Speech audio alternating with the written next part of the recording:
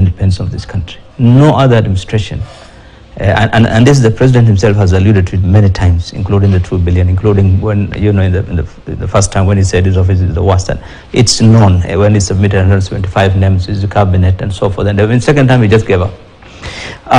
Second, he has the worst legacy if it comes to debt.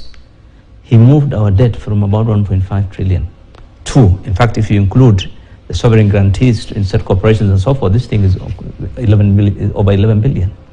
And look at it this way. Has the money been put to good use? No. I'll give you a simple example. This year, or on average now, each year, the last 2 years, we've been borrowing about 1 trillion in a year. That trillion, how much is going to development? The maximum our development budget has ever been was last year, 700 billion. The maximum. It has always been less than 700 billion.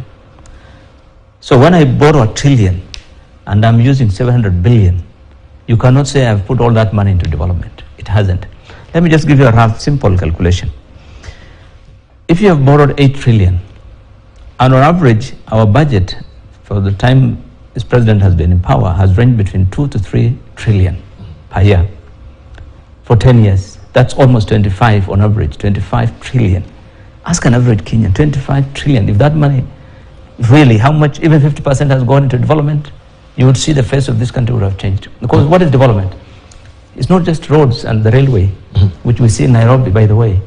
I come from places where we still on that half roads up to now, in spite of all the trillions that we're talking about. So it's not that, and this is why when the government was asked, just explain what happened to the Eurobond. In terms of, you said it's used for infrastructure, yes, give us the details. There were pains completely to provide details of how that little money was used for, I remember a few years ago.